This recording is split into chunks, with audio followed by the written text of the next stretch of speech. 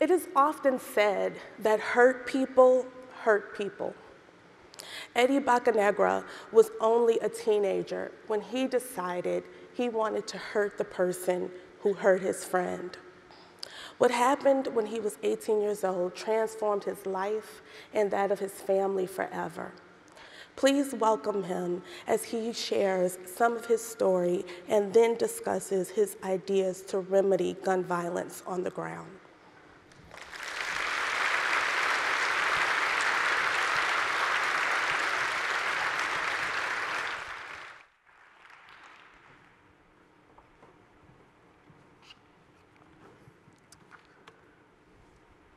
So in my professional experience, I've had the opportunity to meet so many people, and some of these people have been formerly incarcerated, and in some cases, people who are currently still incarcerated. And I've asked the question, if there was a way that you could change the circumstances that you're in right now, what would you have done differently? And surprisingly, they don't mention, I wish I would have gone back to school, or I wish I would have seen a therapist or a psychologist. Majority of the time, they reference to that one moment in which they pulled the trigger and they wish they could take it back. So imagine if moving forward, that was possible. Imagine if we were able to use the science to help identify individuals who are at the highest risk of gun involvement and intervene during that moment. Imagine if, instead of taking a punitive approach to addressing these individuals, we saturated them with resources. And imagine if the people that I'm referring to, we actually saw them as family members, as brothers and sisters, as fathers, as mothers, as our own children. So in the line of work that I do, I've been very blessed to be invited into the lives of so many people, particularly during a time in their lives where they're drowning in misfortunes, in which they're suffering, in which everything seems to be going wrong. And yet, at the same time, I've been very blessed to witness people's resiliency and tenacity and love. There's a young man by the name of Devon. Devon's from a community in North Lawndale, a community here in the west side of Chicago. Young man, about 6'2", 6'3", lengthy. And I couldn't help it, but the moment you see Devon, his smile and his personality just seems to glow. In fact, even rival gang members who typically would be opposed of his thoughts and philosophies actually really take a liking of him, which is rare, to be quite honest with you, in some cases. And so Devon, he's been with us since early this year, actually late last year, and he's been slowly moving up in the stages, and by stages I really mean he's achieving certain benchmarks on cognitive behavior therapy, on professional development, showing up to work on time, showing up consistently, and we're literally meeting him where he's at. And Devon is not an exception to any of the participants that we're working with, because Devon also has witnessed chronic violence from an early age. His mother, as a matter of fact, is still struggling with substance abuse. For a large period of his teenage lives, he's been couch surfing, and more recently he's been living with his aunt and his grandmother. So his coach, who's facilitating the cognitive behavior therapy 3 times a week with Devon, shared a small glimpse of the journal that he's been writing since day one. And his first entries, he's talking about how much he hates the environment that he's in, the situation that he finds himself in. He talks about the challenges of having to navigate the community, the neighborhood that he's in. And in many ways, he's also describing that he doesn't see a real future. Fast forward several months. In his most recent entries, he talks about how he's finding refuge with some of his peers. He's created new alliances within the organization, within the program. He has caring adults who really care for him, who have his best interests in mind, and is also lifting up what he's learning through cognitive behavior therapy. In fact, to incentivize and to reward him for his contributions and his commitment, last Tuesday, we had about 15 of our participants, 15 of about 540 of the guys, went out to one of our partner sites, which is the Chicago Bears. So he went out and was exchanging smiles and autographs and pictures with some of the players at their training camp. And of course, that evening, I was getting pictures from staff, and they were showing me all the smiles in the faces of our men who have actually, in many cases, many of them have never even stepped out of our city, let alone to go out to the suburb.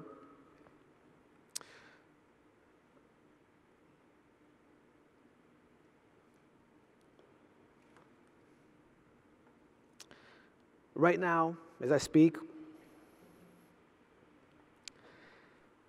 Devon is being carried in a coffin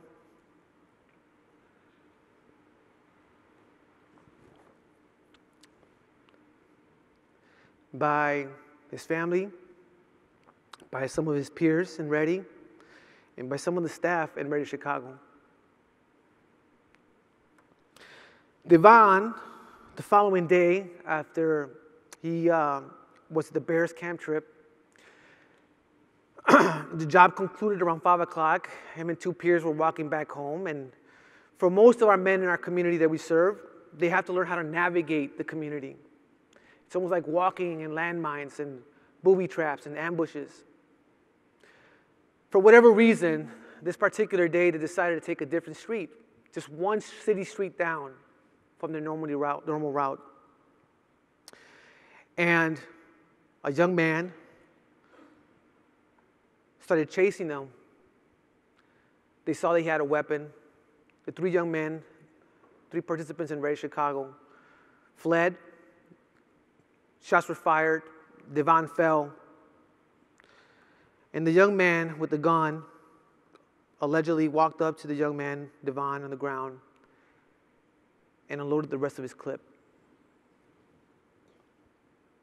Devon, in that moment, from witnesses, stated that Devon begged for mercy.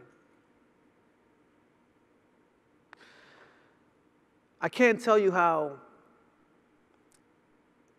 this situation has impacted us as a family, or his immediate family. But Devon has been one of 10 individuals that we've lost this year so far.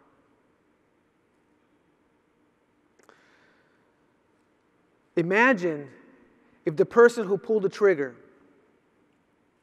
would have been able to pause for one moment and reflect and think about the consequences of his actions.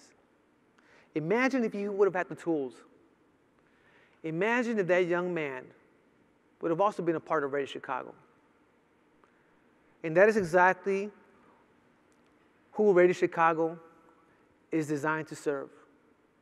We work with the most marginalized individuals in our city, in the South Side and in the West Side. We work specifically in 4 communities where we have the highest concentration of gun violence and the highest recidivism of gun violence. And Ready Chicago was born as a result of 2016 spike in violence in our city, where we had over 750 homicides and about 4,500 shootings. You know, as clinicians, that when these kind of incidents happen, they don't operate in isolation. They don't operate in a vacuum. But every week, we're grappling with shootings and homicides. Now, in our program, there's 3 main objectives: to help reduce violence with the men in our program, to provide a viable pathway through employment opportunities, and lastly, to support the nonprofit partners that are providing direct service. so that they could continue to do this work beyond the time limit that we have. The program is currently being evaluated through an RCT study through the University of Chicago's Crime Lab, and we are testing of whether or not cognitive behavior therapy and jobs are able to reduce violence. We have been able to leverage some of the best practices out there, people's experience within the justice system, people who are doing direct service, people possibly who are in this room, like a good friend of mine, Dr. Brad Stoback, and take their information and their knowledge and apply it. That is innovation. If we're going to address this issue of violence, we have to think creatively, and we have to think outside the box, because things that we've been working on the last few decades are not working. People across the country are being killed.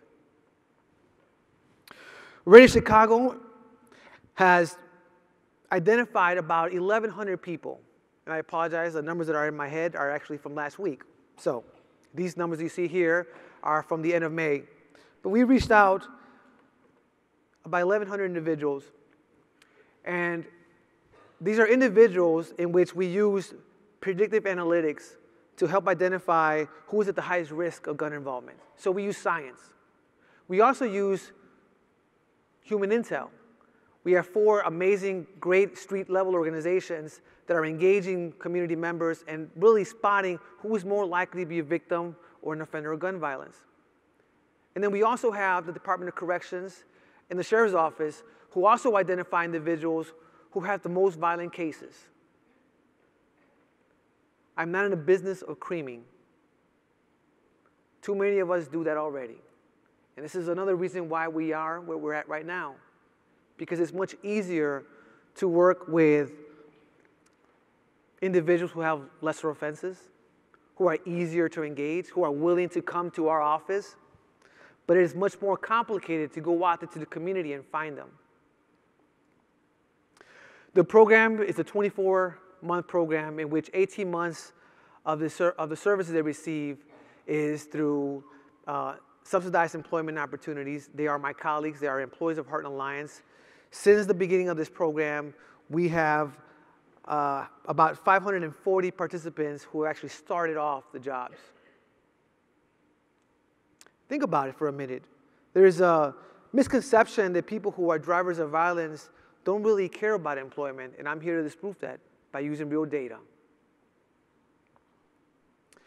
To give you a snapshot of who it is that we work with, on average, our participants in our program have about between 17 and 18 arrests, and 4 of them are felony convictions. About 60% of our participants also have children, which for me is an opportunity to stop the cycle of violence.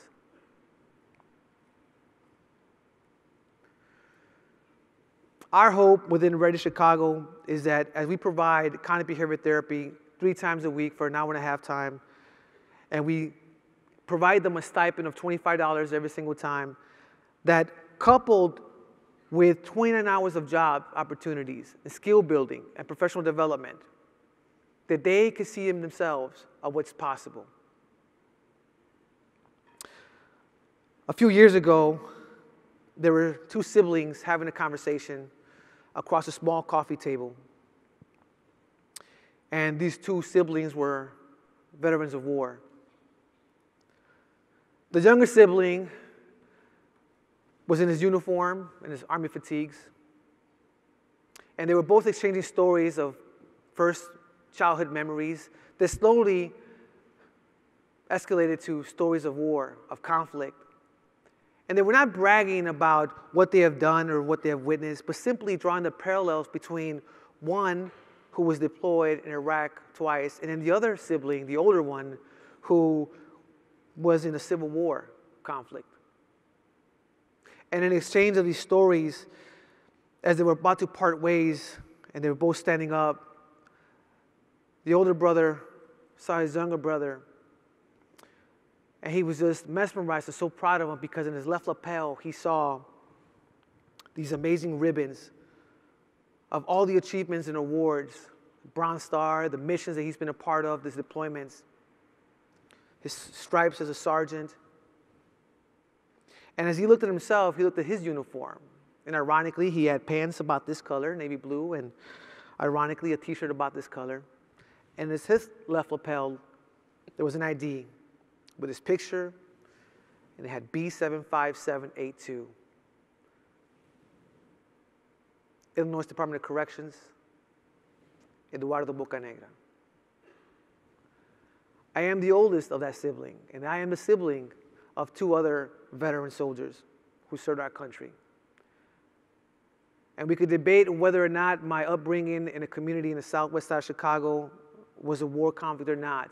I'm here to tell you that my exposure really felt like it, especially when you compare it to returning veterans. I've served over 14 years in prison, so my perspective in this work and how we've informed Ready Chicago, which, by the way, it is the largest violence prevention in the country.